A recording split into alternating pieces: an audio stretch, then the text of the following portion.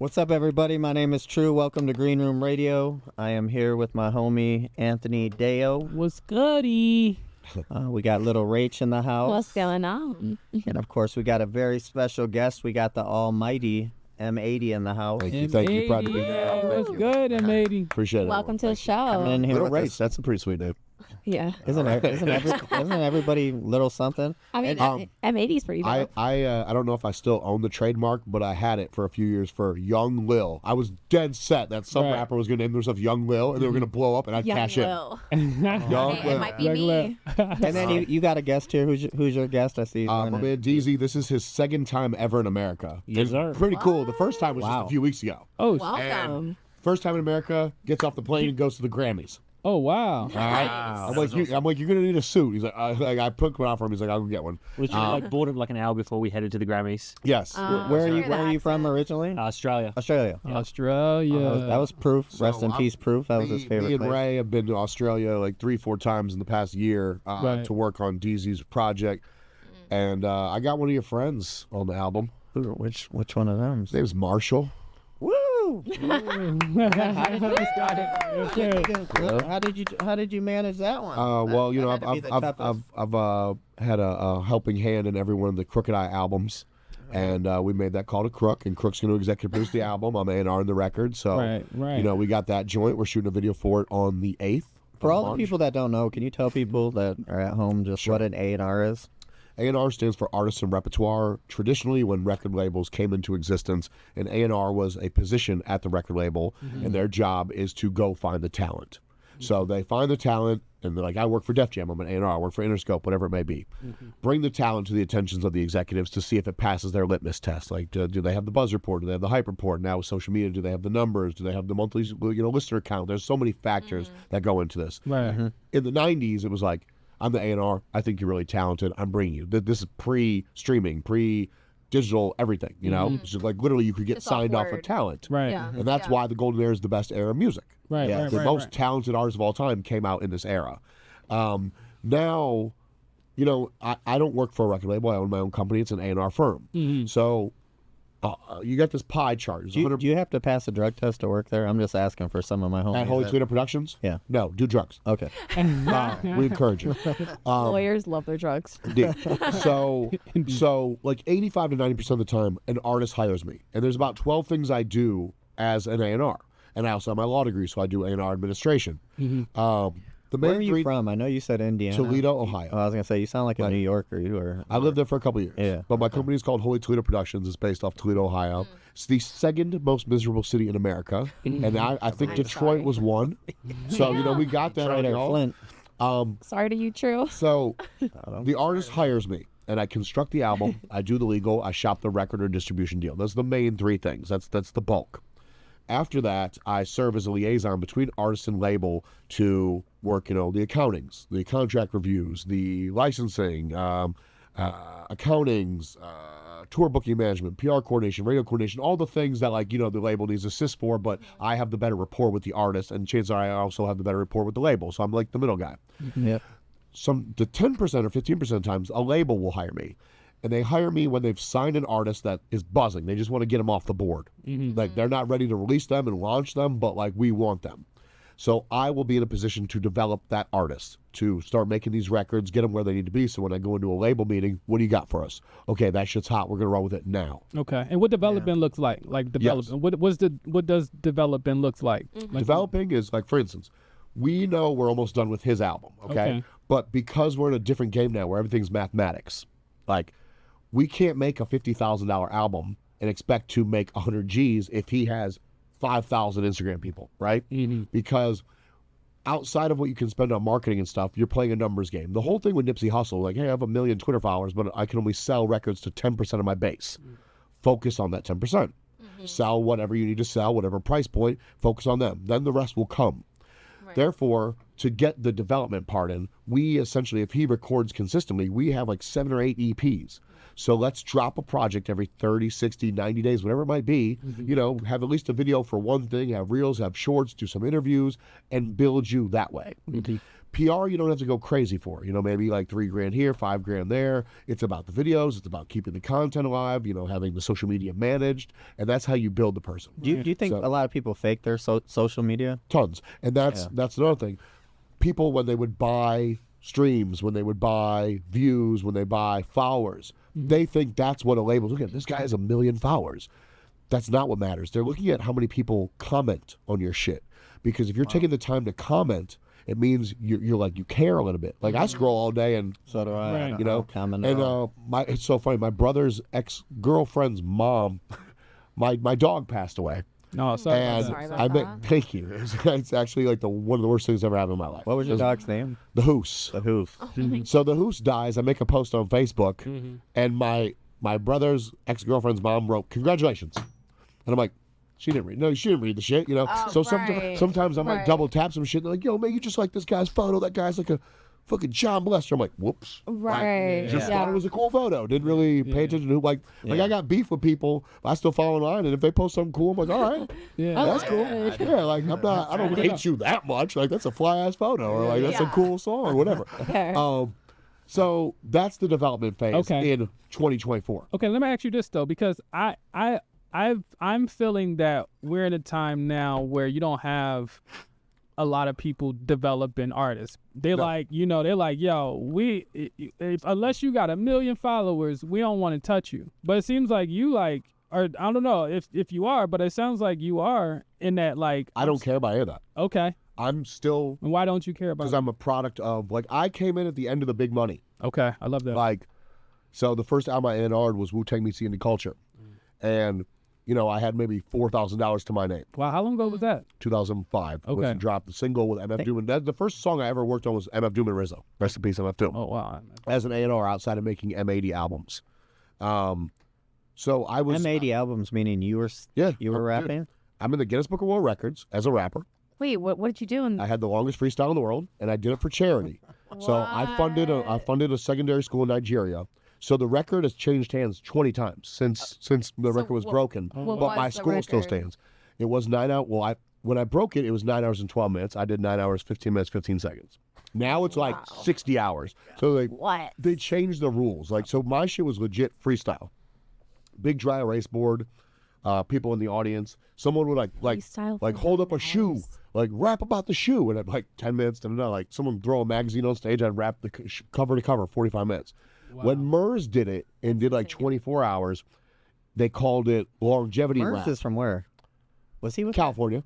But Murs was with that group. Living I just showed Legends. you. Yep. He didn't. And come Murs back. was on Strange Music, then Warner Brothers, and blah blah blah. Yeah, And, Murs he didn't was come with back Felt. with them when they came back No. from. Yeah. Nope. Heard he was Murs dope. like rapped like Snoop Dogg songs for an hour. Yeah. So like they changed, the shit. When I had the rule packet, which is like this thick, the beat has to change every 2 minutes. The BPMs every hour. You can't repeat like the same 16 bar verse or series of words in like hour stanza, that kind of thing. Which is crazy because when you're freestyling, like I don't freestyle as much now, rap, but I always used to be like spit some coming to go and get it was like my transition to get to me to the next thing. It's I don't know how coming to go and get it. That's like, when you watch some of my older videos, you hear that like 50 times in my rap. Like, coming to go and get it. I don't remember what I was talking about. So- So I'm part of that era Yeah. where it's like I can still find someone talented. Now once a year, I'll be like, you're the shit. I'm gonna work with you. Right. I need nothing. Crazy shit about that is the last artist I did that for was murdered last week. Oh wow. His name was Abe Links. Rest in peace. He's a product of Indianapolis, Indiana. He was in a duo called Abe Links and Tolly C.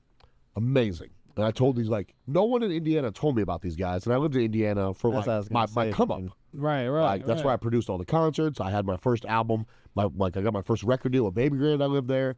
My first album that charted on Billboard. I lived there. So, and then when I broke the Guinness World Record, I lived there. So no one in Indiana told me these dudes existed. And people in New York and LA like, you need to fuck with these. Oh, can I cuss? Yeah. You need to fuck with these guys. I'm like, nice. So we did an album called Runaway Diamonds. It was sick. When was this album? 3 years ago. Okay. Runaway Diamonds, Abe Links, Tully Cicero, Benny the Butcher's on it. Oh wow. Jay Worthy, Huss Kingpin, Willie the Kid, who was one of their favorite rappers. Talked to a lot of the Dark Man. They shout out to a lot. Then I got them a deal with Fat Beats. and that album was crazy. And yeah, he was murdered last week, man. Damn. In Indianapolis. Indeed. Yep. Wow. Man, they always say you got to get out of here. It was a few days after Why do they always NBA tell All-Star people, Weekend. Get out of your town. How old was he? 37. Yeah, he was It was young. a few days after NBA All-Star Weekend, and luckily there was not a lot of. It wasn't any more violence.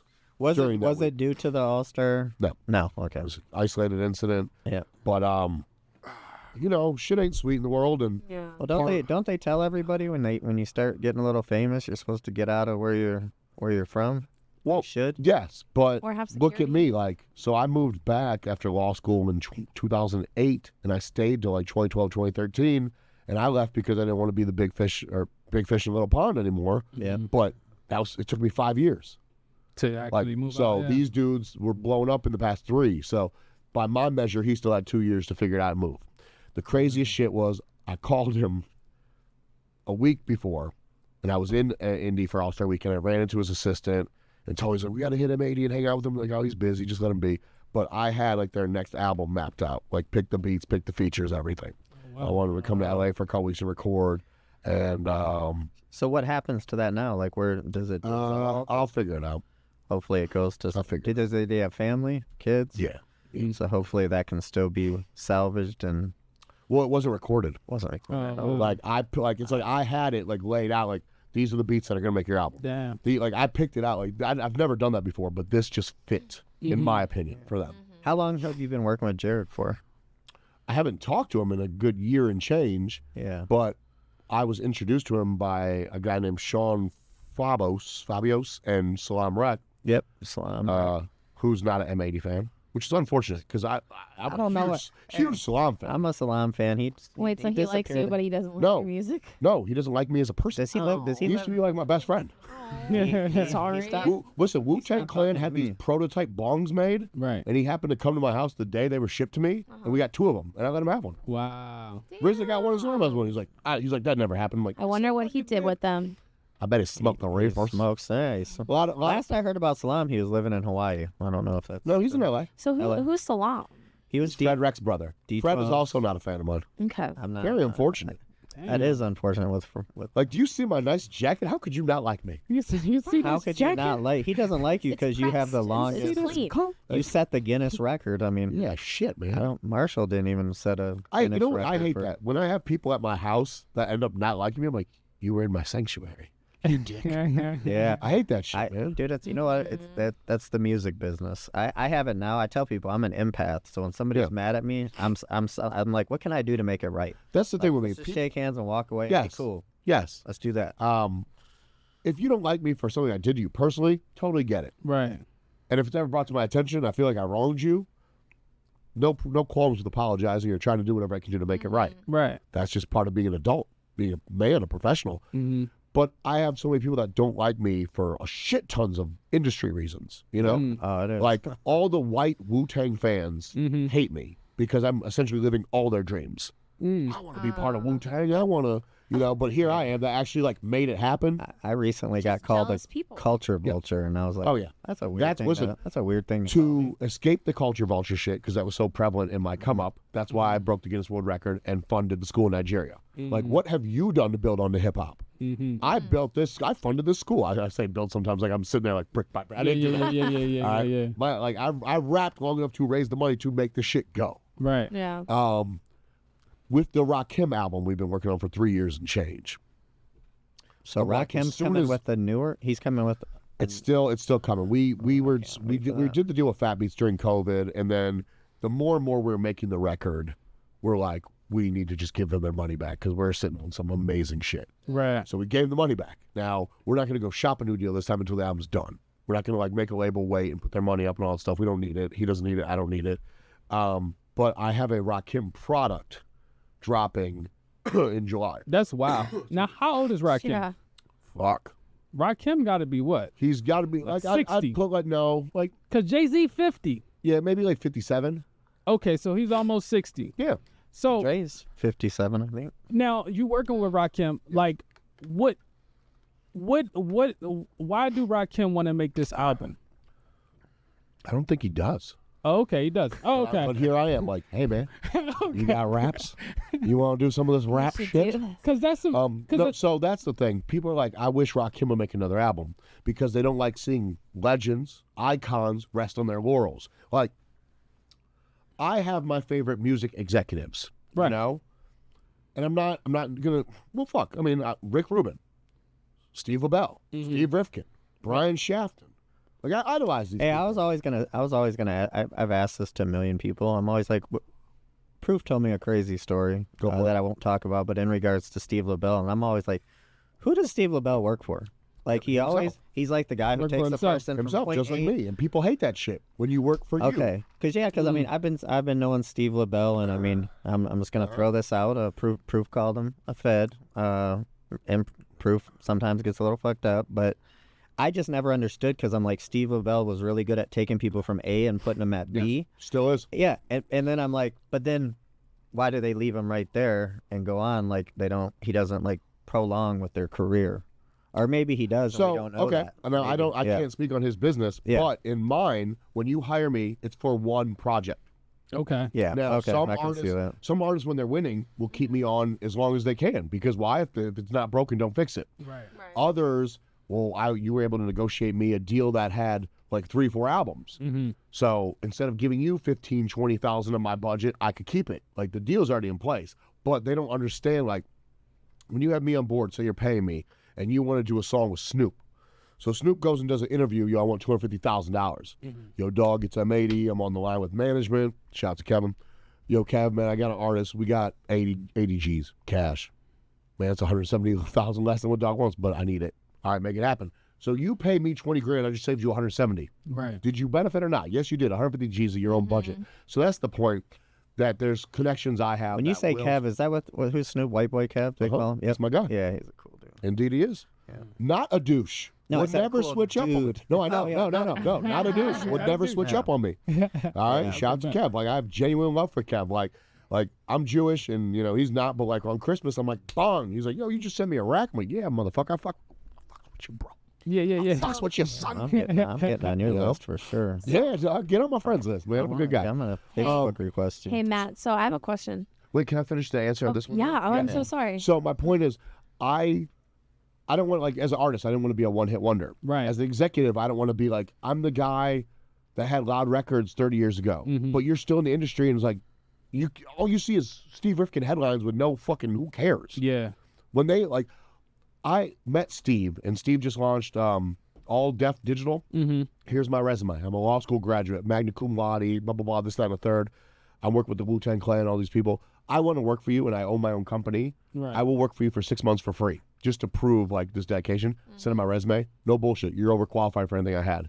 At the time, I didn't believe him. I was pretty bitter about it, all right? I moved to California and all whole shit.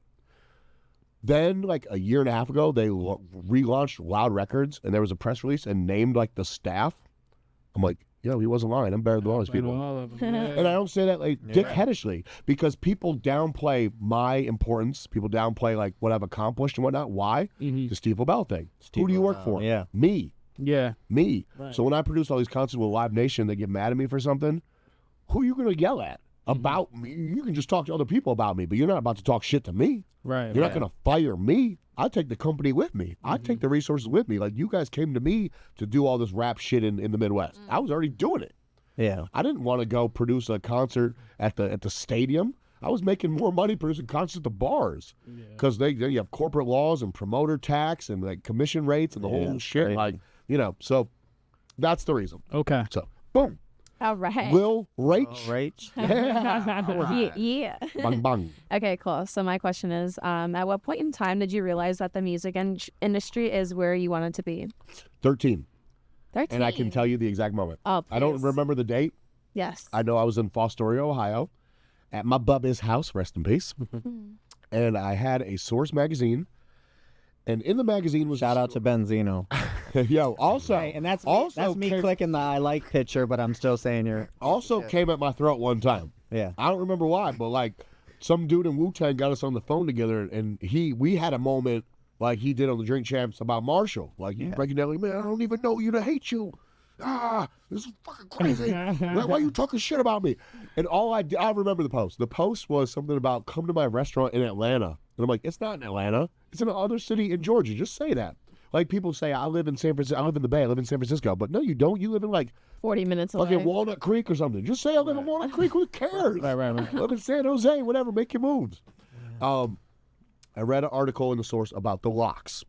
And the Locks, Jadakiss, Styles P, Chic Luch, signed a Bad Boy at the time. Yes, sir. Talking about the ins and outs of their deal, what they liked about it, what they thought was fucked up about it. But, they're young. They got the contract. They didn't know the business of music, which is clearly they've learned as you go. That's what this business of music is. Learning as you go, unless you actually go to business of music school or take the associated classes. I don't believe you ever stopped learning. No, I still haven't stopped learning. For instance, publishing and copyrights and things like that, like this changes as much as surgical practices for medical professionals. But in the story, they're talking about we could sell 1 million records and not know where our next meal is going to come from. And it's like, what are you talking about? I just saw the highlighted word million. Yeah. And meal. Million. $10. Like I'm not getting it. But then they were exemplifying. It seems like the people behind the business of the music never have the same kind of worry and struggle that we do. Now I'm M80 the artist. I just started. M80 the artist right now. Okay. Yeah. And I'm reading that and I'm like, I never considered being anything but M80 the artist. I always wanted to go to law school and I always wanted to play basketball for Seton Hall, which my parents thought was hilarious because we're Jewish. Like, there's a Catholic school. I'm like, I'm gonna ball out. Son. Go crazy. I never made it past intramural high school basketball. But I played college lacrosse and I swam varsity and all that good shit. So that was the moment. At age 13, I'm like, I'm beat going to work. Michael Phelps? No. Okay. Nope. No, I could not. But you know what's funny? When he won his last gold medal, he's like, I just won my 19th gold medal, but I still don't have as much gold as Boppy Lahiri. I worked for Boppy Lahiri. Oh, man. I was going to say, if he was like, Boppy Lahiri, he's like family invented yoga. Oh, shit. Like invented it. Yeah. Oh, wow. Bikram yoga specifically. Oh, yeah.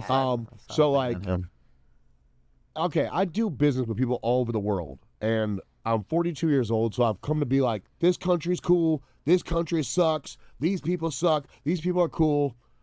God, I hate it, dude. I hate it. I hate it. I just locked this deal down in Kazakhstan. It should have taken like 48 hours. It took like 5 weeks. Like, the artist and the manager like completely wrote it off, and I like kept pursuing it. I'm like, no, I'm gonna get this bread. I'm going to. They're like, dude, no, it's not happening. But I gotta sit there like make it happen. The biggest thing is like people not believing who you are or what you're connected to, or not understanding the contracts and trying to circumvent what they can and can't do. That's the biggest problem we have in our licensing business. Yeah. And it's like, these words are on paper for a reason, for you to read, acknowledge them. If you have questions, my customer service is impeccable. I'm the only one checking the Instagram. I'm the only one, like, my phone number has been the same since I was 16. Damn. Yeah. That's awesome. I attribute that to two things. I have no baby mama drama, because I have no baby mamas. And two, I got a wife and a child. But two, I don't think I intentionally Hang on a second. Back that up. Hang on. You said No baby mamas, but he's got a child. I got a wife. I have a wife and a baby. I don't have baby mama. It's not a baby mama. okay. It's a wife. Say baby mama, I get scared. I got a few of them. Got a little PTSD. Yeah. a little bit. So there's that. So like I've kept the same phone number, and it's awesome sometimes when people call me like, "Hey, I went to high school with you. I just want to see if this was still you." I'm like, "It's me." Right. Like literally, sometimes That's so funny. teachers call like, "You've been thinking about me, haven't you?" I I don't blame you. Not the teachers. I was pretty calling sexy your back in phone. English. So now you're an artist. At what point you like, I don't want to be an artist no more. I want to do the business side of this shit, because I'm seeing that the artist ain't being an artist. It's not really hitting. It's not. I'm not. I had a project come out in 2019, and this was nuts. It's like a homage to my hometown. It's called the Toledo EPs. It is all Toledo producers For the second worst city in the world. and all Toledo features. So essentially, pat myself on the back. I'm the most famous part about the project. Okay. It's not M80 featuring RZA and M80 with Wu-Tang and M80 and Corrupt and that kind of stuff. It was my highest Billboard charting project. Oh wow. Debuted in the top 40. Oh wow. Now I had the digital going and I had the website with the physical. So anytime someone bought a CD, I get the name, the phone number, the email, the shipping address. I was flabbergasted. Because, like I said, I did a project in 2011 that had RZA, Master Killer, Gucci Man, Redman, like, you name it. Right. This outperformed that. It ain't do the numbers like this one. Yeah. Hey, Wow. I think I've asked you this before, but is Seven still with Wu-Tang? Yes, he is. He made his Method Man. So I always went through Seven for everything. So I don't know who. I mean, he booked. I've done James shows. Ellis is the guy for all things Red and Meth, but I mean, you're trying to get shit done quick. Well, yeah, I did like RZA, ODB. I used to bring him to raves. Any one of the Wu-Tang individual managers essentially can connect the dots for you. Yes. Yeah, so Unless they're Seven- just so hard-headed, no, I only care about this guy.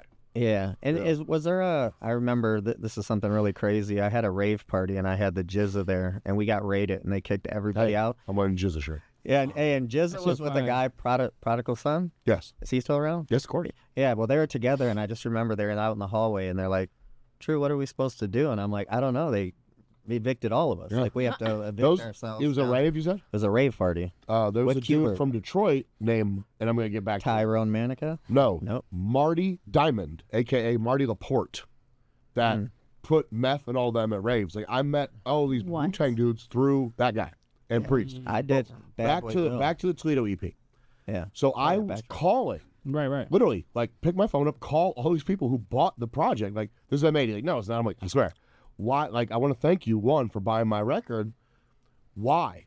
You asked them why. All the people. How many tracks was on there? 8. 8. Okay. All the people that bought all my other M80 albums were there on the sales list. But there's just as many people I've never seen their names. So I want to know why. Why now? So you just give him a call. And yeah, it's M80. Yeah. Lock me in. That's I my like phone that. number. I like that. 317. Anyway, so it was like, I see you online. I see everything you do for hip hop. 99% of the time, it's you promoting someone else. What are you doing for this person? Corrupt, Crooked Eye, whoever, Wu-Tang, da-da-da-da. This, I noticed, was for you. I felt like you deserve my $12. You make me laugh. I think you're a good human being. You do good business. I teach free online course on Tuesday. Like, I'm clearly not selling the game, but telling the game. I just want to give you my bread. Like, blah, blah, blah. Now, this is funny. Like, a third of the people are like, by the way, I think your project sucks, but I still don't regret the purchase. Yeah, I'm they, like, didn't, bet. they didn't hit you with that. They hit you I'm with like, that? yeah, like, They even hit you like I with said, that. it was my most scaled back record. It was just a bunch of songs I made in Toledo over the years when I go back to see my grandma Right. and pop into the studio in Toledo, the whole shit. Wow. But that was nuts to me. Yeah. So that's the power of social media, the gift and the curse. Like, you have to give away shit Yeah. for free. You got to be active. That's why rappers excel far more than producers, because producers are typically recluse by nature. Right. They're not out there. When I do these consultations with artists, I love it when I do them for producers and they actually heed my advice and just start going with it. When producers make the videos of them actually like recreating the beats and shit like that, like this beat's for sale on my beat store, they make 10 times the amount of money that they've ever had in their lifetime. Right. People want to be stimulated visually and audially. Yeah. I just made that word up. I like that. That is. I'm. What was the word? Audially, Audially. I'll put that. I'm about to write. audible, tronable. So that's the point. It's like, you really got to figure out how to connect. So I'm not doing anything like, for instance, the A&R position is a very behind-the-scenes position. Right. I just took more of the P. Diddy approach minus the gay shit. Hey, I was actually going to ask you that. What do you think about all that going on? I mean, I'm Well, hearing it all. People keep wanting to dismiss it. I Diddy's the understand. worst, bro. I've never worked with Diddy in my lifetime. I was but, like, going to say, did you it's work like, together? Like, and you know, I might not wake up tomorrow because of that, but it's like, bro, like, he's No, the we had, worst, bro. We had Gene Deal was scheduled to come through, and Yeah. I got a lecture on why not to do that, giving and somebody a any platform. story you hear about that dude, just believe it. Like, I yeah, I believe it. could see that happening. Oh, yeah. People, Like, a lot of you know, people disappear. around Like, that, man. my whole goal for 2024 was like, I don't want to have to like get online and like defend myself in these bullshit situations I had to do the past few years. Like, Right. people stealing from my company, like stealing my intellectual property, stealing my word marks and service marks and trademarks and IP, and like artists saying like that I didn't pay them. Like, I've paid every artist. I have all the paperwork. I have every contract I've ever done since like 05. It's amazing. Wow. So like, I get 40 days in the new year and you got Young Buck like, I didn't do this record for these guys, and then like, we have a video of Young Buck promoting said record for us, like mentioning us by name. I posted the paperwork signed by his manager. He's like, oh yeah, well screw you. I'm like, hey, whatever, bro. Like, and I didn't even. I told my friend Ray, I'm like, bro, I was being the bigger person the whole time. I was like, bro, I have sex with chicks with vaginas. Like, the fuck you talking about to me, man? Stop it. that was my next question. Yeah, I chill. know. That was Chill, my bro. question, too. What's the climate on Young Buck? I already know It's that. no, so unfortunate Young because Buck. like my friend Menace put us in touch to get this work done. I'd worked with Young Buck before that, so it's like when you say you didn't do this deal, not only are you trying to disrespect me and my partner Anno, but you're disrespecting Menace, who holds way more weight than you in this rap shit and in the street shit and all this other shit. So, like, cool the fuck down. Like, people don't think before they speak. Like the Obi Trice thing. You didn't stop to think for a minute that maybe you don't own this piece of material that I own? Like, you never thought. You just, hey, I've never done business with M80. Like, you sure about that? Yeah. So, I know how that goes. it's a very, very wicked game, and you have to have the thickest skin. Well, that's to why really that's survive why this it's shit. good that you're an attorney. You have the advantage over a lot of people. Now, here's this. I have my law degree. I never took the bar. Okay. I graduated law school, and like 3 weeks later, this guy calls me, Dave Dickens. He's like, "Do you want to manage cannabis and Dylon, Dylon? That's crazy. on a America-wide tour?" I'm like, "What do you mean?" He's like, "You get to go to all the states." I'm like, Wow. "Yes, I want to do that." So I'm like, Heck yeah. "I'll take the bar next year." Mm-hmm. The next year rolls around, and it's like, "Do you want to A&R this album for Jizza?" I'm like, "Yes." Do you? And then, Damn. dude, like 7, like they say you're So supposed you to forgot all about Dylon. That's why we never heard no music by Dylon. Oh, he came out one night to my when I was in New York for my bachelor party week. But How long ago did you get married? 7 years ago. 7 years. No, so like literally they say if you don't take the bar within the first 5 years of law school, like you know, forgot all the info. wow. Now I went to law school not specifically to become a lawyer. It would have been great. Yeah. I should have. I feel like that I missed that calling because now I still have to pay attorneys to do X, Y, and Z shit for I me. tell people that's the difference between nowadays managers and tour managers Yes. is the attorney thing. Mm-hmm. Yep.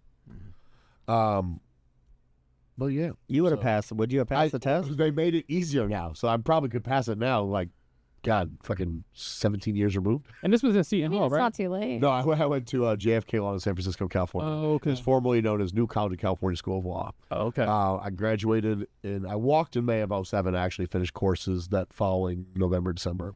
And the night before my final exam was corporations. I ended up getting a B+ on it. I learned, like, I went to class every day. I went to this one class in the whole 3.5 years and shit. But I did all the practice tests, like all the tests they administered to years prior. Mm-hmm. So I knew that, you know, these tests would incorporate some element of one of these tests from the past like 5 years. And I was out with RZA till like 4 a.m, and 8 Diagrams, the album just came out. The first copy RZA signed to that album was for me. Oh, wow. I have it framed. And I went and got a B+ on that shit. Boom, done law school. Damn. But when I was a 1L first year, they say, like, if you have time to go have a meal out, you're not studying hard enough. And I'm like, damn. Because I went to a movie and I went to a club last week. Like, you're definitely going to fail. And after the first year, like, half the class didn't show up for the next, next year. But you did. One guy didn't come back after the first day. I remember that shit. We were sitting in the very first class. Everyone's, like, doing their typing shit. He knocked his coffee over, spilled in his computer. He was so embarrassed, never came back. Poor guy. Yeah. I'm sweating buckets in here. It gets hot in here. That's Those what. lights. Hello. As soon as you're the first. And that fireplace. They can't even see Yeah, it. the fireplace is real. Yeah, the fireplace for sure. That's that Anejo. That shit could get you some of warm. that. That should get you a little warm. How is that Deftones? You love Swiggy? You're all good. Is this the... You had that little little peer pressure. You was like, Here's the thing. Hey, shout out to M80 for being the first guy who came in with his own alcohol. Yeah, man.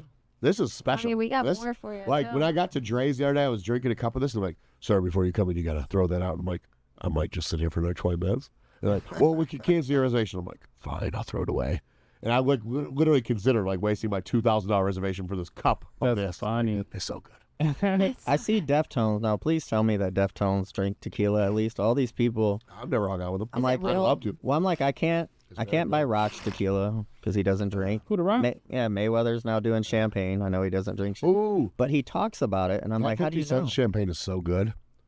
Have you ever had it with the No, I have not, lychee Maduro, whatever Oh, it's I called, gotta try it. with the chest? At Dre's the other night, like, you can't get it in California. So this dude, Mike Caruso, who manages Ghostface, used to be 50 Cent's, like, liquor ambassador and had all the bottles of that in his garage and that finished shit.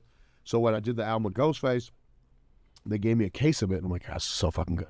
But you can't buy it in California. So this guy who had a table in front of us had, like, 3 bottles, and he gave me one, and I'm like, I looked at the menu, that shit's $1,000. I'm like, fucking, I just told the dude who had a cool outfit on, here's a bottle. I'm like, hell yeah, buddy.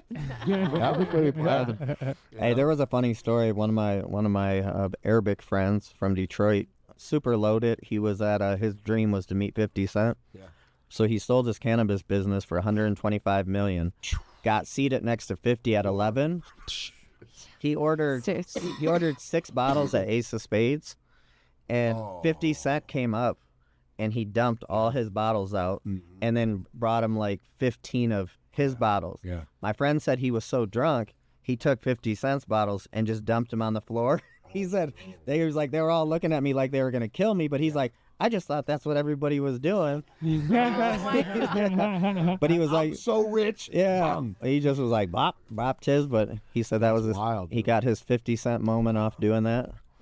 Have you ever eaten at the Golden Steer? No, I heard there was like a 2 month, 6 months. 6 month wait. 6 months wait. It's 6 months wait to eat there. What they serving? Steak. The best What kind of steak and steak? seafood. It's the oldest. Elvis It's the oldest. Presley's What's they getting them favorite cows spot. from? Yeah. So we're going there after this. Oh, for real? And I called and I'm like, look, I'm in town for 4 days, and I'm the A&R of blah blah blah blah blah blah blah. And they're like, you want to come on Monday? I'm like, yes. Damn. No, I just read That's in all you have to do, True. Yeah, That's it. No, when I go online though, I tried to book.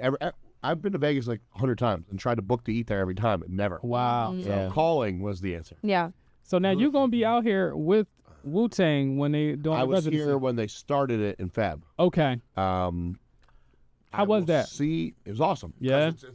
I've seen 1,000 Wu-Tang concerts. Right. Me too. This was different. Okay. What was different about this one? They had dancers. Damn. It was orchestrated, like they had the band, which they've had the band before, but it was like they themed the show out, so it followed a storyline, and RZA would narrate it, kind of stuff. GZA was not there. GZA's in Europe, which is kind of whack. Like, you know, it's just opening of your residency as the first hip hop group to ever have a Vegas residency. You'd want to all be there. You know, I'm sure GZA was getting more bread being in Europe though, so by all means. Right. I was gonna say dealing because I heard a little bit about the Living Legends, but dealing with a group like that from the beginning, that's so hard that everybody's got to take a piece. Coordinate. I'm trying to coordinate a video shoot. So I keep lists like the top 10 best albums of A&R, the top 10 songs. Okay. One of the top 5 songs of A&R we did like 3.5 years ago and it's unreleased. We're trying to shoot the video for that weekend. The second week of the Wu-Tang residency. Okay. Snoop Dogg and Wu-Tang Clan. That's what the song is. The Snoop Dogg, Method Man, Master Killer. Wow. Amazing. Wow. Like I had labels offer us 6-figure deals just to have that song, not even the album. bet. So we couldn't do the video when Wu-Tang was here the last time because Dog didn't want to work and was here for Dre. Like they had the private party at Wynn, and they were like the Gin and Juice like album beginning rollout, stuff like that. The actual drink, and they got the project coming out. They're gonna have a tour, the whole nine. I'm hoping that when Wu-Tang does the tour or the other 2 dates, that we can get that video done. Otherwise, I will take, hopefully Meth and Master Killer will come with me to LA. We'll just shoot back, maybe the same day if we have to, but it's like we have to get this done. Okay.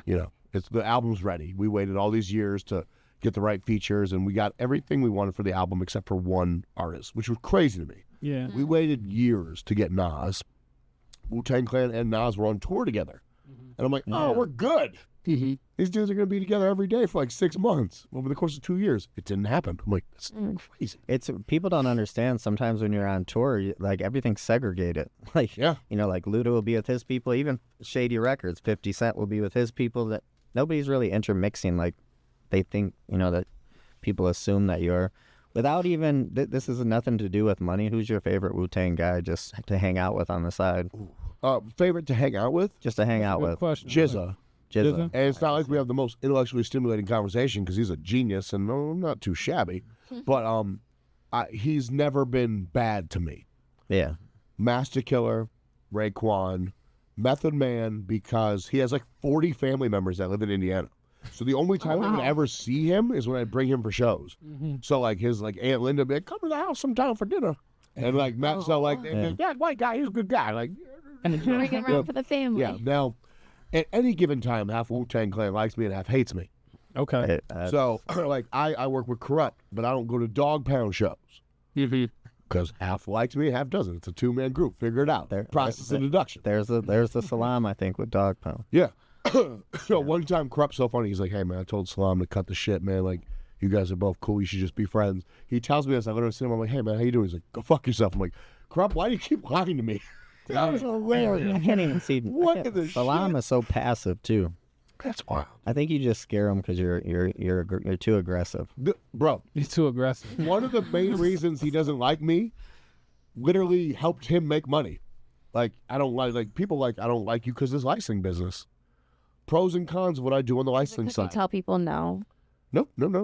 You got verses, I got money. You want to rap for me, and I'm going to do whatever the fuck I Kind want of with like, your vocal. you know Jamie Adler? I do. It's kind of like I talked to him extensively the other day. I love kinda Jamie. He's like, never wronged me in his life. It's kind of like the Bone. They love him, Yeah. they hate him. They love him, Yep. they hate him. Yep. And I so think he's Salam sold me verses that are a part of my catalog. But now you're shitting on me because of my licensing business? Doesn't make sense. Does not. Yeah. And, Well, to most musician people aren't, they don't, not educated enough to understand. they need to meet me at the crossroads. So you telling me, so you have artists that'll sell you a verse, Yes. and then after selling you a verse, they later on want it back? Not want it back, but I didn't know you were going to do X, Y, and Z with it.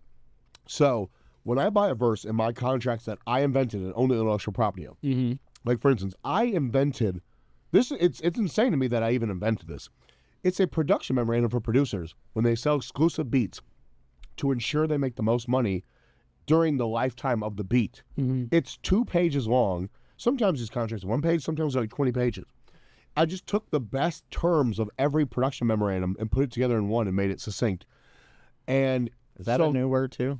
no, succinct. That's a real word. Succinct? It's a real word, like simplified. Okay. Concise is its synonym of succinct. Anywho, in the producer memorandum, so say you're a producer, you sell a beat to the artist, okay? So I'll be to He true. pays you $1,500. He gives you 50%. Publishing gives you a 5% royalty rate. Then he goes and gets a record deal. They give him $1 million. Now he has to recoup the budget and all these other associated expenses before he makes more money, which in turn before you make any more money. That's insane. Why should you have to wait for him to make more before you make money? Right. That's why I was a production memorandum. It's $200, and you producers, it's $200. You get to use it for a lifetime of your exclusive beat sales. And people are like, oh no. I'm like, okay, go fuck yourself. Yeah. Great, $200. Okay, so if you can't invest $200 in your career, we don't need to be talking. Period. Right. Isn't that surprising how many people don't want to invest in their own career? People suck. Yeah. Yeah, That's true. like thank you God for making me excellent in all ways, shapes, forms, and fashion. Right. And I thank my parents for making me a good human being. And I had a loving and nurturing family and extended family and series of friends and the whole nine that are still with me to this day. Like Jamie, I remember I met Jamie at a Bone concert in Indiana. And my brother, I have an older brother, who's like, you need to be more like him. Because my brother's like, you still dress like you're M80 the rapper. And I'm like, there's nothing wrong with that. I just love rap culture. But he's like, that guy looks like he manages Nirvana. So, but he's the brother of dude from Guns N' Roses. Okay. So that makes sense. Yeah, Steven. But And he's in. Look the part, play the part. yes. Well, he's comes from a rock background, but he's Bone Thugs' manager, and people laugh. I always So, say behind every. With the verses. Yeah. So when you drop. I'll buy a verse. Uh-huh. Now there's 2 ways this could go. I might intend that verse to go on a specific album. Why do they want to sell it to though? Well, I might be buying it as a feature for an album. Okay. But in my paperwork. Oh, but you don't tell them what album, or you just say No, for they album? don't know what album. Oh, okay. So I'm going to give you both examples. Okay. I'm going to buy this verse from you for an album. But in my contract, there's language that allows me to assign and transfer it and license it as I deem fit. Typically, that was language used for when you are assigning the shit to a record company, distributor, blah, blah, blah. I interpreted it to mean I could take this verse and put it with different artists. They're like, okay, maybe I didn't know you were going to do that. Right. So now when we do these beats and features packs, which are amazing, Right. we're like, if these would have been around when I started as a rapper, I probably would have never quit rapping. Every time I made an album, I'm spending 5 figures making this, and I'm working as So is that gym. considered ghostwriting if you give that verse to somebody? No, No, that's they not wrote that. Ghostwriting is like, actually wrote for Killer that. Priest from Wu-Tang wants me to sit in and pen a verse from him, Yeah. and I wrote it, but Priest rapped it. So I keep hearing all this stuff. Killer Mike, and Yeah. is he part of Wu-Tang? No, Killer Mike's Dungeon Family. Okay, yeah, no, there's so many guys. Loves you. And what? Hey, why did he get in trouble? And Will Smith can smack people, but this guy gets in He trouble at bumped the into Grammys. a security guard. They was just trying to fuck with Killer Mike. Yeah, man. they were Like, fucking- They were just fucking with Killer Mike. So the second way with these beats and features packs, I'll approach the artist. Hey, this is going to a pack. Explain what that means. Okay, any one of our customers all over the world can buy this for a fee. So we might spend, when I make these packs, I spend $20,000 to $70,000 to make it. You at home can buy the shit for as cheap as $150. Mm-hmm. We had a pack drop in January that started at $97 for the first day. You got a verse from Havoc, a hook from Havoc, a verse from Ghostface Killer, a verse and a hook from Cool G Rap, a hook from Raheem Devon, a verse from Big Twins with a hook, 10 beats from Terminology. Damn. So this costs you like $50,000 to make, and you can buy it as cheap as $100 and That's use crazy. it commercially for your album, for your EP. And when you did that, that's not considered ghostwriting if the guy who bought it. Nope. You just buying, Nope, okay. they're buying features. Buying features. But multiple people can buy it. Mm-hmm. So people that are Oh. antagonists of the business are like, you're taking the artistic integrity away from said art. Protagonists are, thank God, man, because I didn't have $50,000 to make the album I wanted to make, but I had $300. Right. Thanks. So right now we have the Boot Camp pack. It's one of the greatest packs we've ever made. And it's crazy to me because our fan base is so quote-unquote hip-hop that we're not killing it on the numbers right now. Unreleased verse from Sean Price, rest in peace. Mm-hmm. You can't buy that, Right. but you can get one in our pack and use it for your single, for your album, whenever you want. Verse from Buckshot, verse from Rock, verses from Tech and Steel, verse from Rusty Jokes. 7 beats from Vinny Idol, multi-platinum, like 10, 15 times over. D-Block, Dipset, G-Unit. What did he drop most recently that went super stupid viral? Bing Bong with them. You Who- get who- 7 beats, Vinny Idol. Oh, okay. Vinny. 7 beats from him. Man. Pack starts at $147. I have to spend $40,000 so you can spend $147. That's crazy. All right? And people like, you're a culture vulture. And I'm like, I will sock you in your fucking face. I just got called that for my first time like 2 weeks Oh, it's ago. hilarious. Person wasn't even born either. It's hilarious. At the time that I was even in, I was like, you weren't even born yet. Call me No, people culture I vulture. have no idea, dude. But that's that's what I was going with the Rakim thing. Even though I'm not going to get the album out in 2024, I am going to get Rakim product out this year. No one can tell me shit Right. after July of this year. If you get the Rakim album out. It's not an album. I'm doing. It's a song. I got multiple things with Rakim dropping in July. Now he doesn't need money. He's not one of those I'm motivated by money people. Why? Because every time you hear a Rakim song in Good. a movie, Yeah, or he's- like there was like 8 songs in Power over the course of all these Power shows. Come on, bro. He getting paid for that. Stupid. Yeah, he good. Then he tours 100+ dates of the year. Then he's got a book deal, and he's got TV show deals and movie deals and shit like that. Rakim started collecting cars. I bought the James Bond Aston Martin convertible. I had it for 2 months. He goes, I'll do it for that car you just got. Right. I bought the car outright, and I'm like, done. Shipped it to him. It's going to arrive tomorrow. I love hip hop deals. You can just trade anything you want. It's so Yes. interesting. Like I gave Jared the Maserati. Yeah, no, you can. I've seen a lot of. I ain't mad if Rakim come out, but if he doesn't come out, I'm cool with that too. It's like Chuck Yeah. Norris. Like Chuck, Same. I don't really need a Chuck Norris movie, but if Chuck Norris make a movie, I'll fuck around and watch it. I'll fuck around with it. I'll fuck around and watch it. Fuck around with it. Fucked around. Get fucked around. So now, how much was the most expensive verse you paid for? Oh, God. Like over 150. Oh wow, Wow. wow, The Kazakhstan deal verse and video was 200 something. wow. Yeah. What were you doing with Miss Dina Ray a couple weeks ago? She just did a hook for these 2 dudes, Trav and DZ. It's going to be on the Man, I'm on so the EP they got dropping in about 2.5 months. upset. Dina Ray, we had a few crazy little stories together, but she was with this guy, and I didn't have time to come say hi to her. But Man. she's still working. Obviously, Indeed. Yep, she's awesome. She works a lot with Razkaz. Nebraska. Mhm. Okay. Shout out to Razkazi. So y'all all got a track coming out? Yes, sir. Nice, We're gonna nice. shoot the video for it on the 10th in the morning, and he flies back that night. Wow. This gonna be dude's good. a fucking day. workhorse. Wow. What's your style? What is my style? 80, bit of everything, right? I don't know what to call it, but they eat kangaroo meat, bro. Y'all been eating kangaroos out I- there, Yeah, bro? yeah, we do. That's wild, bro. It's high in protein. Australian. It's kangaroo style. Kangaroo Who got you style. that Detroit? Okay. Who got you the Detroit Pistons? Or I found it online.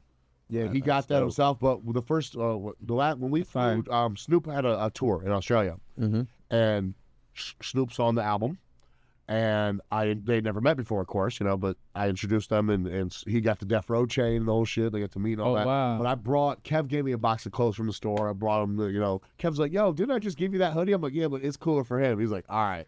You re-gifted my gift, you dick? It's cooler for him though. Yeah. No, I wore it once, and I'm like, it was like the sheer Dr. Bombay hoodie. So It was soft. so nice. Oh, it's the softest thing ever. I'll probably go buy it again.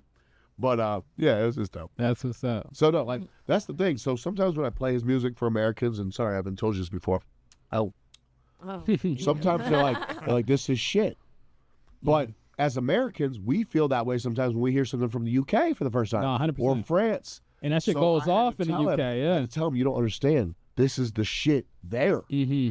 Like it's like eating a foreign food for the first time. Right. Like, Right. I didn't like pickles until like 2 years ago. I'm like, I feel like I missed out on pickles. My life. They're Yeah, delicious. same. Right. You know. So Definitely. you know. Now, So- but now let me ask you that though. Now, how does that make you feel if you received crazy in your hood in Australia, but like in America, you not as received? Does that like fuck with you at all? Or are you like, Not really. I mean, I kind of just do it for myself more than anything. So, as long as I'm happy with it, then, it's all that matters. It's like that though, even with like people that aren't getting big over here, they go overseas and they're monsters. Yeah. You know. Yeah. So I think the difference is American artists that are big can go anywhere else in the world and get mad love and sell and all that. For someone not from America, you have to have the base. right? You can't not have no base in Ireland or UK or Australia, wherever it is you're from, and expect to come here and people give a fuck. 'Cause Yeah. we have our own artists. We have Let's some millions. K-pop or shit and So stuff like. he's shit doing like everything he's supposed to be doing to lay the foundation for where he's at in Australia. that. Yeah. So he can move around that circuit, and he's meeting the promoters, and he's meeting the venue owners, and da-da-da-da, and he's working with all the people there and here. So it makes sense. Yeah. You know? That's fact. Bro, he's got a video with Coolio.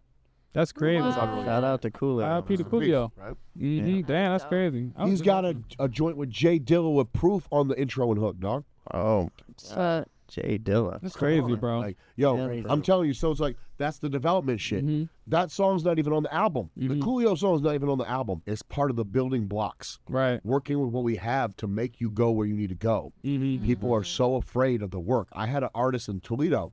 I was so happy to have an artist from Toledo hire me because God knows the last thing they have is money. Right. Shit. Ain't got no money in Toledo. Motherfuckers got mad drugs and no money. Oh. All right? You bought another gun? Let me see it, Todd. All right, yeah, that's a nice gun you got there. So this dude from Toledo hired me.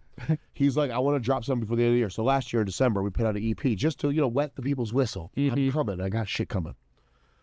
I assess your numbers. I do all the label stuff. Where are you at? What do we have to do to make it go where it needs to go? Mm-hmm. The guy's like, God damn, that sounds like a lot of work. I am straight up. I'm not willing to do all the work.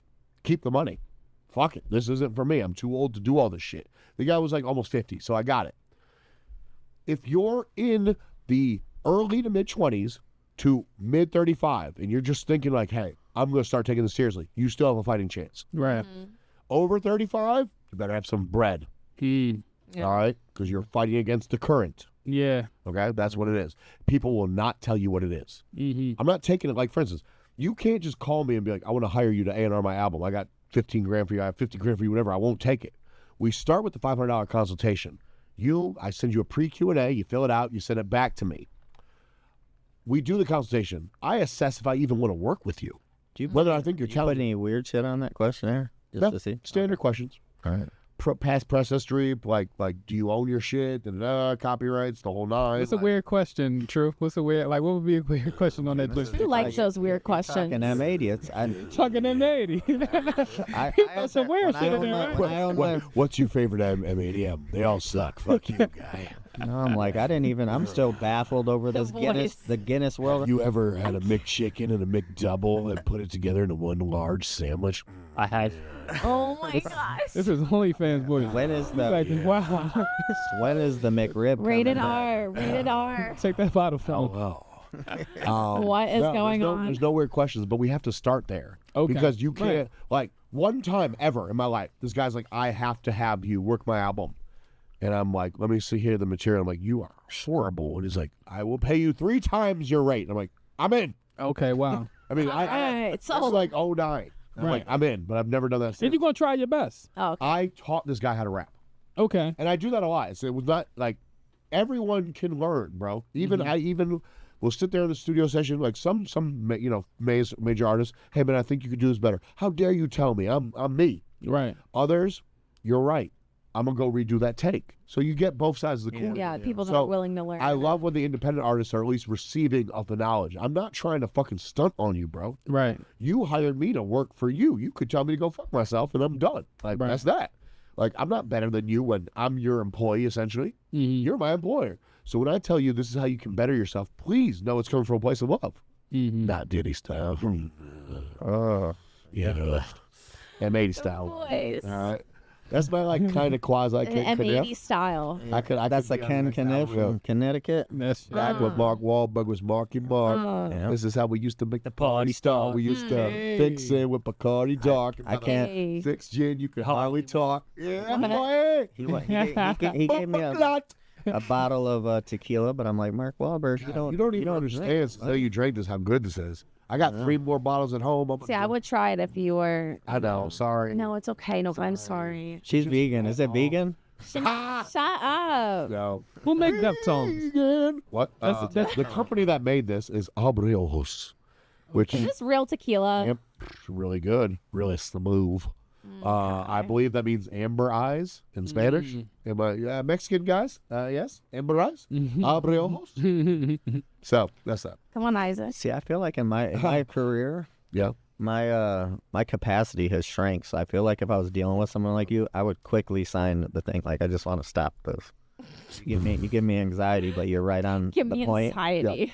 So while Great I do those free clinics on Tuesday, the point is, let me help you. Okay, the information, the knowledge I'm going to give you is not readily accessible. A lot of the times you can't find you can find your questions in books without the right answers, kind of thing.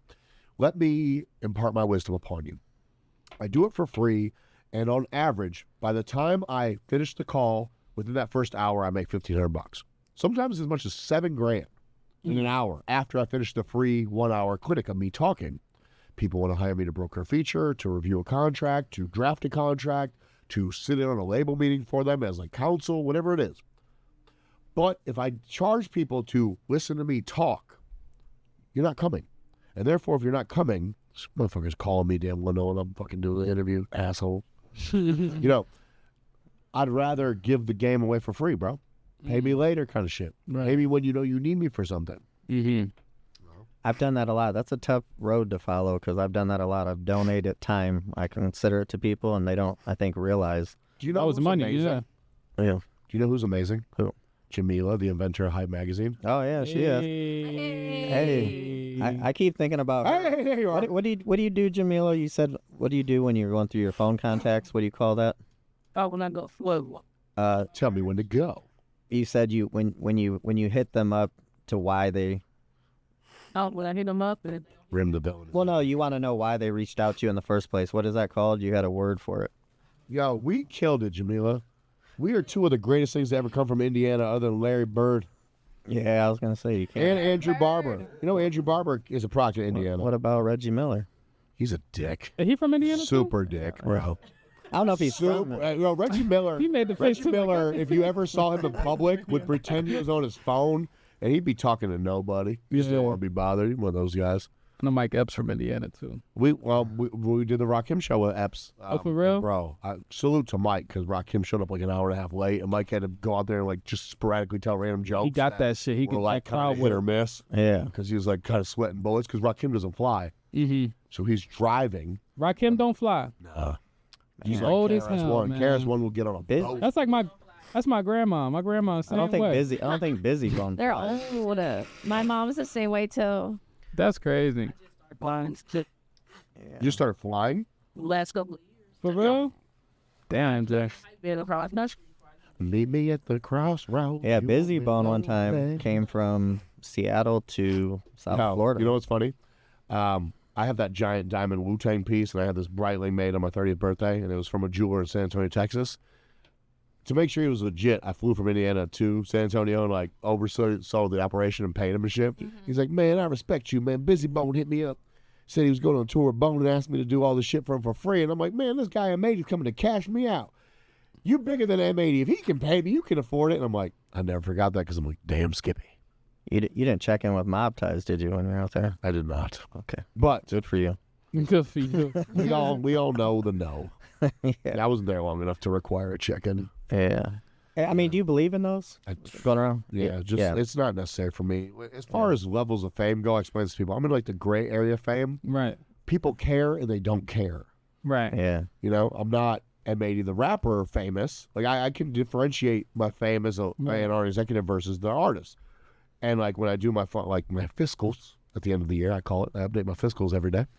M80 the rapper makes like 10%, 15% maybe of what M80 the A&R executive and businessman makes.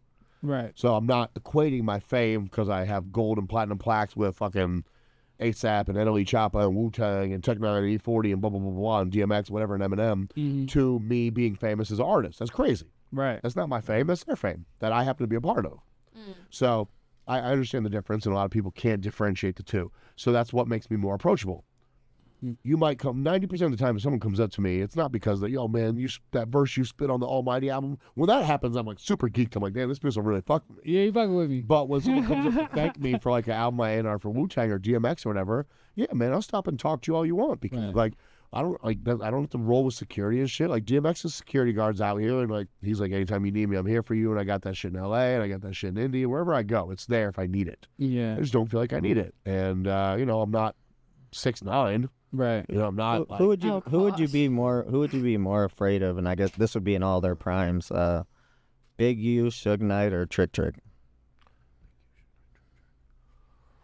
I'm friends with Big U. Mm-hmm. I knew Suge Knight prior to his lockup, and I know Trick Trick. I've met him. He's an acquaintance. Okay. So by process of deduction, my answer would be Trick Trick because I know him the less. Oh, okay. Right. So when you know someone the least, it makes it's an unknown variable. Right. Anything could happen.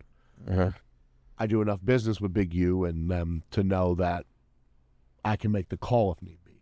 Yeah. Suge, when we met, has that's a nice polo shirt. I have that at home. I wish I was wearing it. That'd be funny if we had the same shirt on. Let's get a photo. That was our literally introduction. Yeah. Now, people always ask me because I work with Corrupt and I've worked with Snoop and blah, blah, like, did you work with Death Row, like, in their height with, like, Tupac? I'm like, yeah, dude, totally. When I was, like, 11, they were calling me to, like, help them put their albums together. I'm like, no, that didn't happen. Right. But I was a fan. Only happened at 13. Because, yes, when I had my bar mitzvah and I became a man, I'm like, damn it, fuck this Green Day shit. We're going in. You ever wear the little hat? Yeah, all the time when I go to services, not when I'm like out in public, not when I'm out at Dre's nightclub. Like, I'm Jewish.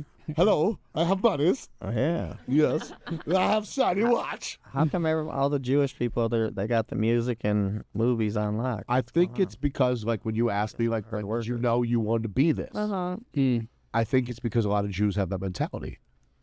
I don't even know if I'm supposed to say Jews or Hebrews or whatever you want us to call us. Yeah. Like I call us anything. Yeah. Like I think, at least for I'm speaking for me. Like I knew what I wanted to be from 13 years old. I think a lot of other Jewish people are on that same plight because our parents tell us we have to be X, Y, and Z. Like my parents are like, you have to be a lawyer or a doctor. So that being said, I went to law school, but I was rapping. Now my parents never contributed a dime to my rap career. Right. My parents came to see me at a concert I did in downtown Indianapolis at a venue called Tiki Bob's that Jamil's familiar with, and I sold it out. All right. I made $4,000. I'd never even performed at Indy my whole life for under $3,000. So I didn't have the average experience of these local artists that like, man, I just did this show for $50. Right. Never did a show for less than $3,000 in my life. Oh wow. Yeah. Because I could pack out venues. Why? Because I got popular in high school and didn't leave every day until I sold cassettes. CDs weren't even a thing yet. All right. Like they were a thing, but I didn't have CDs. All my shit was on cassettes. Right. I made my first CD came out my junior year of high school, and then I started like my first actual album my freshman year of college. But I transitioned from high school to college, and now I have I got 15,000 people to sell to, and I'm not leaving every day. Let me make at least $100. And I worked out a deal with the student unions to contribute once a month, like 10% of my earnings. So no cops, no security fuck with me. I'm sorry. I'm at the campus listening. I got the boom box. I got the poster board. Buy my shit. Yeah. It's awesome, bro. So I could promote, come to my show this weekend at a club where you don't have to be 21.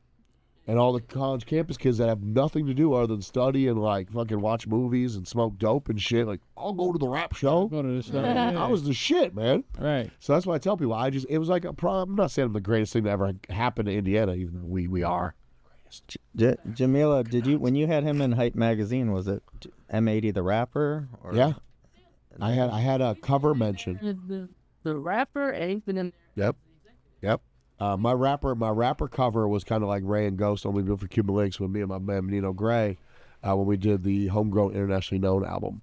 But back to that, like, so that's the point. If I didn't have those circumstances, those exact circumstances, like if I didn't go to high school or didn't go to college, I could not have sold. I wouldn't have had the market. I used to go out on the weekends and like sell in Broad Ripple and downtown, wherever. Like everything's a sale to me. I dated so many girls that were like, I understand it. When you go do a show, you need to talk to everyone. Everyone's a potential sale. Right. So like they say they got it, but then when they see me, like literally, I'm just trying to make $10 off you. Like I'm not. Oh, right now? No. No, I'm just kidding. I'm good. Here, touch the watch. I'm straight. But like that was the point. And then they get mad at me in the club because they're drinking and they think like I'm going to take this girl home. Right. And I'm like, no, every CD sale counts.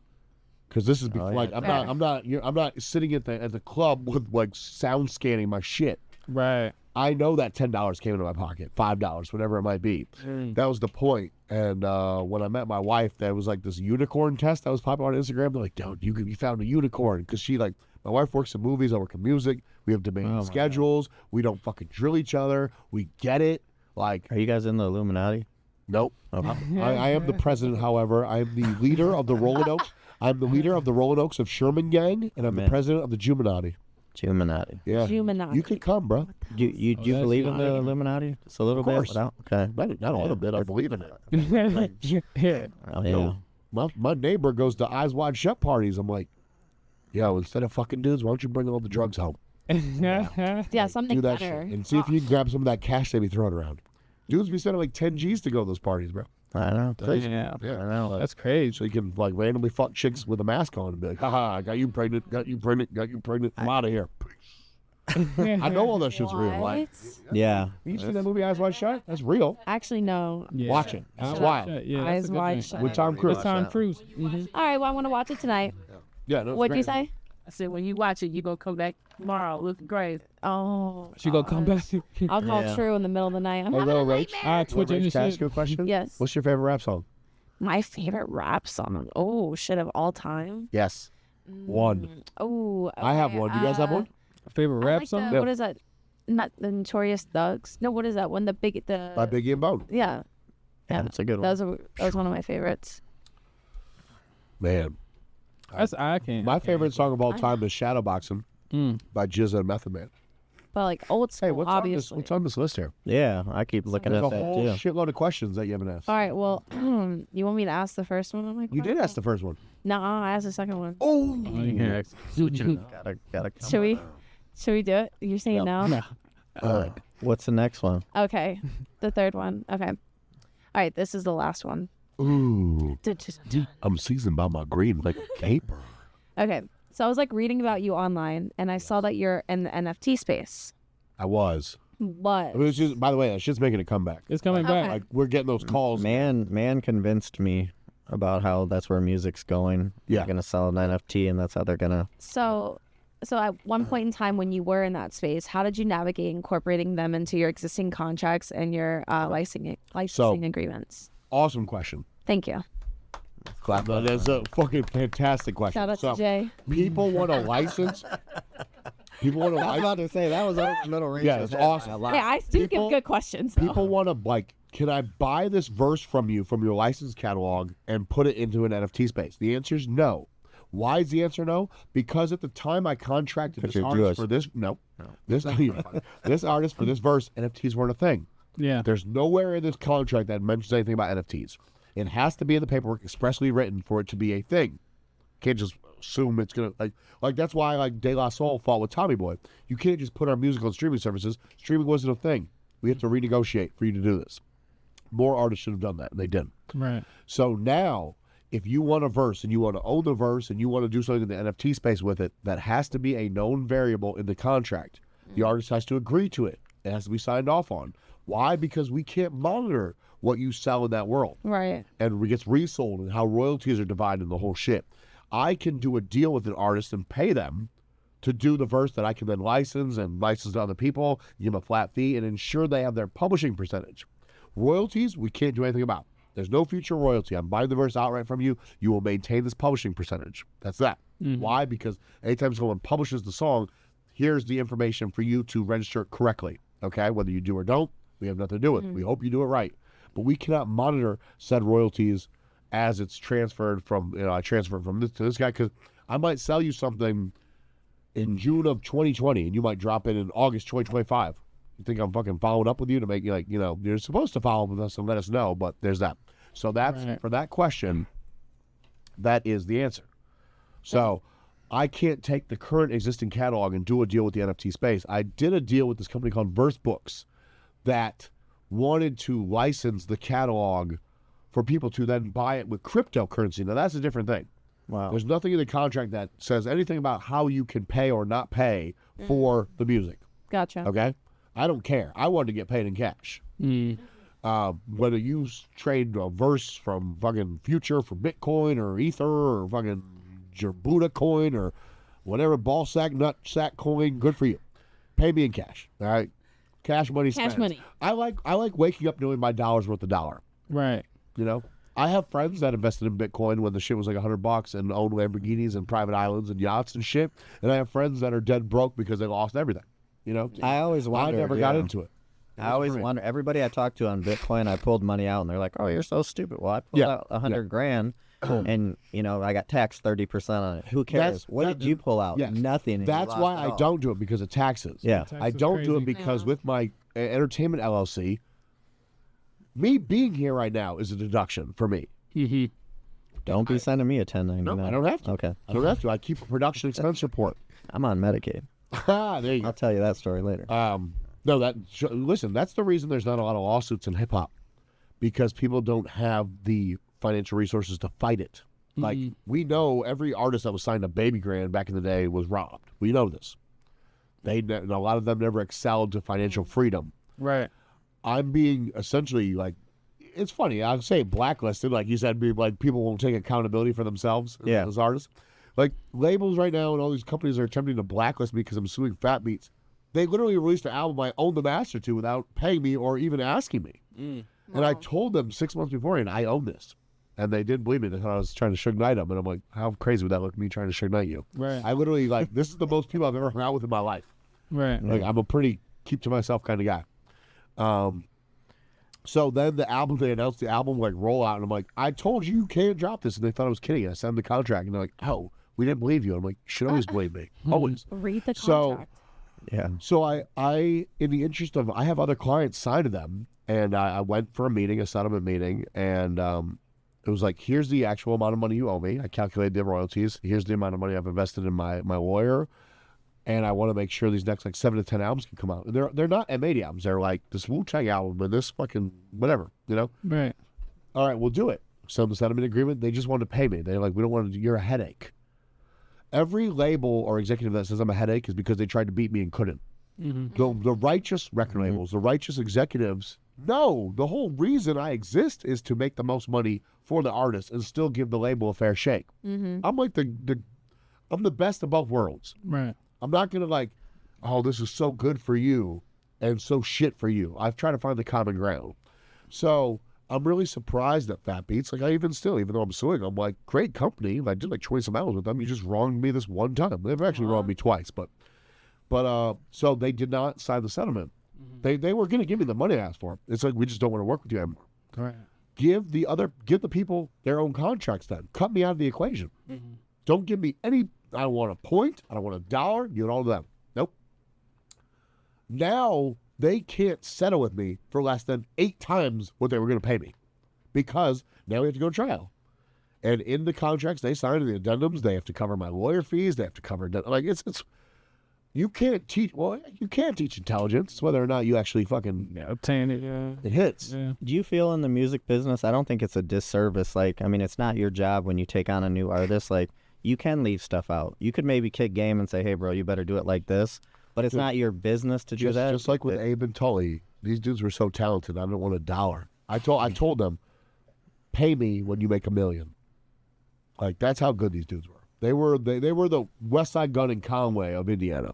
They were the Pusher T and Malice of Indy. And that's why I was so mad that no one from Indy that knows I'm the guy and actually in a position to like let people win told me about them. I'm hearing about them from Huss Kingpin, from Rosewood. Like, the fuck? How do you know who these people are? Give me their number. I just call them up with this M80. Like, who? The fuck you want? Like what was that story with like Jay-Z? That's the energy they Jay-Z get. and me and Pimp C and shit. They kept hanging up. They didn't believe it was Jay-Z. That's how it was. I got hung up on it a couple times. Like, no, I fuck with you. Like learn who I am. Call me back. All right. Call me back a couple days. Like, oh, you're that guy. All right. What's up? You want to fuck with us? I do want to fuck with you. Yeah, that's why I called we you all the got first time. matching watches and shit. It was essentially like cutting your wrist and shaking hands, or cutting your the inner arm or inner hand, without doing that. Right. Like I worked with Benny and all them before the fame, and I'm like, we're all getting BSF chains, and they laugh like, you're getting one too. I'm like, yeah, fuck yeah, I'm paying for them. Like that kind of shit. Like I knew. Sometimes you just know. Right. And Abe's life was cut short, and that's a fucking unfortunate thing because those dudes were on their way. Yeah. This guy's on his fucking way. Stay safe. Yeah. Well, we're gonna. Everybody in here seems to be sweating to death. We're gonna have to wrap it up, but we appreciate you guys for This is stopping awesome. by. Yeah. Where can people find you at? M80? Almighty M80 on the Instagrams. Matthew Markoff on Facebook. Now, Instagram is the moneymaker. Facebook, I just started posting mad photos of my daughter like every day because no one like pays me anything on Facebook anymore. But all the money comes on Instagram. All our beats and features packs are on beatpackage.com. Okay. Go there. Trust me. We changed the fucking trajectory of rap with this shit that we're doing. These licensed packages for you to make these albums and spend $500, $1,000, and not break your bank. Like, That's incredible. and, yeah, man. It's a new year. It's 2024. I've spent over $1 million so far this year. And we are 60 some odd days in. And I got friends. I'm like, hey, your dinner's $100. They're like, yeah, I got it. And I'm like, I want to punch you in the face so bad. Like, A lot of money. we were at Dre's the other night, and I put everything on my credit card and shit. No big deal. It's like $2,000 and change. But it reminded me of the time. I have a friend who's on the Forbes list now for real estate. Right. Okay, but he's like 42 now, like I am. But when we were in our 20s, we went to this club in D.C. It was the 930 Club. Oh, I love that it. club? Yes. Lindsay Lohan was there. She was dating Samantha Ronson. Samantha Ronson's DJ. I made out with her. It was lovely. But I'm with my friend Mike, who's on the Forbes list now for real estate. The bill comes, it's like $1,000, and Mike's trash. He's like, hey, man, I'm about to get out of here. I hope this helps. And he hands me $1 and leaves. And he's dead fucking serious. Like, that's what he did. You guys are the Forbes now. I've never been to Forbes. My friend Alicia was there. She was loving the music so much. She's dancing. She fell through a glass table, and I acted like I didn't know her. I went to the other side of the club. I already paid the bill. I don't know that girl. Last table was probably $1 million. Bro. I got fuck him out there. But it's funny now because I feel like calling Mike and be like, hey, man, you still owe me a few $100 from that shit like in 2007. Bust that back but out now on you us, got the please. money. So I'm that guy. I don't forget. That's crazy. But what about you, little Rach? How can people find you? You can find me on the interwebs at Lowrach, LALREYCH. Yeah. How about you, Mr. Dale? You can find me on Instagram at chilldeo_o. I'm on the gram with it. All right, what's your business called? Oh yeah, so I typically always plug that. So I'd go on Whatnot Live is where I go and I resell thrifted clothes and reheated leftovers. Definitely go on Whatnot and check out my live auctions. We got that trademark too, so don't even try it. Reheated leftovers. Is this your hat? Are you Lit Reezy? No. Could you be? Yeah, I could be anything. Okay, that's a cool hat. And you can just find me on Green Room Radio. My other page did get You got a lot hacked. of cool shit in here that people haven't seen. But that Beastie Boys Run DMC poster, that's it, bro. I thought you were looking at the dildo, but I was What? confused. No. The dick in the I've clouds. seen that before. So Poster sick. And how about you, Isaac, over there? Where can they find you? Did at? Eminem sign that I feel to like you? I'm the only No. person in the world that has Yeah. a Twitter. Like nobody in here has a You have a Twitter. Twitter? I got a Twitter. Yo, I I don't post- use it, but I I got post it. like once a Twitter? week, and I'm like, I like tacos. Twitter is fine. That's pretty much all I do. All right. Well, thank you for coming by. We will see you guys next week. Yeah. Sir. Thank you, Hype J, for coming through, These are the and all of people, you, y'all. all of the peeps. Bye. Peace out. Bye. See ya. Guys.